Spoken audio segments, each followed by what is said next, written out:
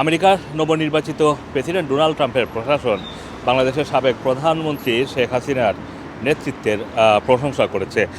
তারা যেটা বলছে যে বাংলাদেশের ডক্টর মোহাম্মদ ইউনূসের নেতৃত্বে অন্তর্বর্তীকালীন সরকারের আমলে চরমপন্থার যে বাড়বাড়ন্ত এবং সংখ্যালঘুদের উপরে নির্যাতন নিয়ে সেটা নিয়ে উদ্বেগ প্রকাশ করেছে এবং প্রথম দফায় দক্ষিণ এশিয়ার গুরুত্বপূর্ণ দায়িত্বে থাকা হোয়াইট হাউসের কর্মকর্তা লিসা কার্টিস তিনি কিন্তু এই মন্তব্যগুলো করেছেন এবং তিনি বলছেন যে শেখ হাসিনাকে উৎখাতের ফলে বাংলাদেশ গুরুত্বপূর্ণ একটি সন্ধিক্ষণে এসে দাঁড়িয়েছে যা তাদের ভবিষ্যৎকে নিয়ন্ত্রণ করবে।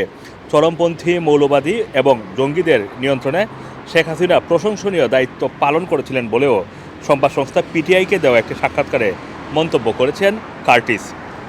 এবং বাংলাদেশ নিয়ে আমেরিকার বাইডেন সরকার এবং ট্রাম্পের মধ্যে গুরুতর মতভেদের বিষয়টি আগেও সামনে এসেছে। শেখ হাসিনা অভিযোগ করেছেন যে বাইডেন প্রশাসনে গণ অভ্যুত্থান ঘটিয়ে তার নেতৃত্বে বাংলাদেশে আওয়ামী লীগের সরকারের যেটা সে পতন ঘটিয়েছে সেটার জন্য তিনি সরাসরি আমেরিকার বাইডেন প্রশাসনকে দায়ী করছেন। এবং শেখ হাসিনার দাবি অনুযায়ী হচ্ছে সেন্ট মার্টিন দ্বীপ ছেড়ে দিতে রাজি না হওয়াতেই বাইডেন প্রশাসনের দক্ষিণ এশিয়া বিষয়ক কর্মকর্তা ডোনাল্ড লু পরিকল্পনা করে তাকে উচ্ছেদ করেছেন। ঢাকায় নতুন অন্তর্বর্তীকালীন সরকারের প্রধান উপদেষ্টা ডক্টর মোহাম্মদ ইউনূসের সাথে বাইডেন প্রশাসনের যেই সম্পর্ক সেটা কিন্তু সবাই জানেন, তার প্রশাসনের সম্পর্ক ছিল খুবই ভালো। কিন্তু প্রেসিডেন্ট নির্বাচনের আগে দেওয়ালির শুভেচ্ছা বার্তায় ট্রাম্প বাংলাদেশে সাম্প্রতিক যে হিন্দু, বৌদ্ধ এবং খ্রিস্টানের মতো ধর্মীয় সংখ্যালঘুদের উপরে হত্যা এবং নির্যাতনের যেই ঘটনাগুলো ঘটেছে সেগুলো নিয়ে তিনি উদ্বেগ প্রকাশ করেন এবং সেগুলো তিনি উল্লেখও করেন। তারপরে এই পরিস্থিতির জন্য তিনি বাইডেনকে দায়ী করেন এবং এটা তিনি বলেন যে পুরো দক্ষিণ এশিয়ায় যে এই যে বিশৃঙ্খল অবস্থা চলছে সেটার জন্য জো বাইডেন দায়ী। বাংলাদেশের রাজনৈতিক শিবিরের একাংশ ট্রাম্পের এই মন্তব্যকে গুরুত্বপূর্ণ মনে করেন, কারণ তাদের মতে বাংলাদেশের পরিস্থিতির জন্য বাইডেনকে দায়ী করে তিনি ঢাকায় শাসক পরিবর্তনের নীতির সমালোচনাই করেছেন। ট্রাম্পের ঘনিষ্ঠ হিসেবে পরিচিত লিসা কার্টিস পিটিআইকে বলেছেন যে বলা হয়েছিল যে শেখ হাসিনার উৎখাতে বাংলাদেশে গণতান্ত্রিক প্রক্রিয়া শক্তিশালী হবে, কিন্তু এখন পরিস্থিতি বেশ উদ্বেগজনক। বেশ কিছু জঙ্গি নেতাকে জেল থেকে মুক্তি দেওয়া হয়েছে। হিন্দু, বৌদ্ধ, খ্রিস্টানদের উপরে আক্রমণের ঘটনা ঘটেছে। 2017 থেকে 2021 সাল পর্যন্ত জাতীয় নিরাপত্তা পরিষদের দক্ষিণ ও মধ্য এশিয়া সংক্রান্ত ডিরেক্টরের দায়িত্বে থাকা কার্টিস বলেন, বাংলাদেশের জঙ্গি হামলার ইতিহাস রয়েছে। 2016 সালে হোলি আর্টিজানের হামলার ভয়ঙ্কর ঘটনা ঘটে এবং বাংলাদেশে আইএস প্রভাবিত কিছু শক্তিও আছে। হাসিনা জঙ্গি শক্তিকে নিয়ন্ত্রণে প্রশংসনীয় কাজ করেছিলেন।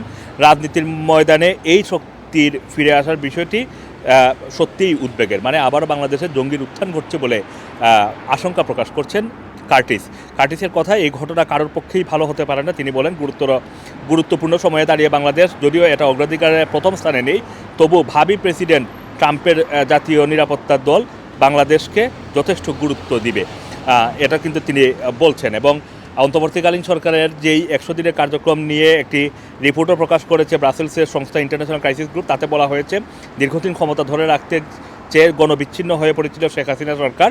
তাদের উচ্ছেদের পরে ইউনূস সরকারের উপরে দেশের মানুষের অগাধ প্রত্যাশার চাপ, তবে রাজনীতি, অর্থনীতির, নির্বাচনের ব্যবস্থা এবং দুর্নীতি প্রতিরোধের ক্ষেত্রে সংস্কারের সুযোগ সৃষ্টি হয়েছে। কিন্তু এই রিপোর্টেই বলা হয়েছে নতুন সরকারের পক্ষে এই সুযোগের সদ্ব্যবহার করা খুবই কঠিন, কারণ নির্বাচনের চাপ বাড়ছে চারপাশ থেকেই।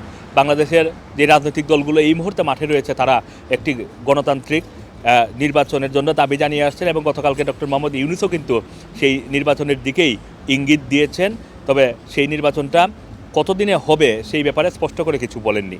Assam Masum, Rana TV, London.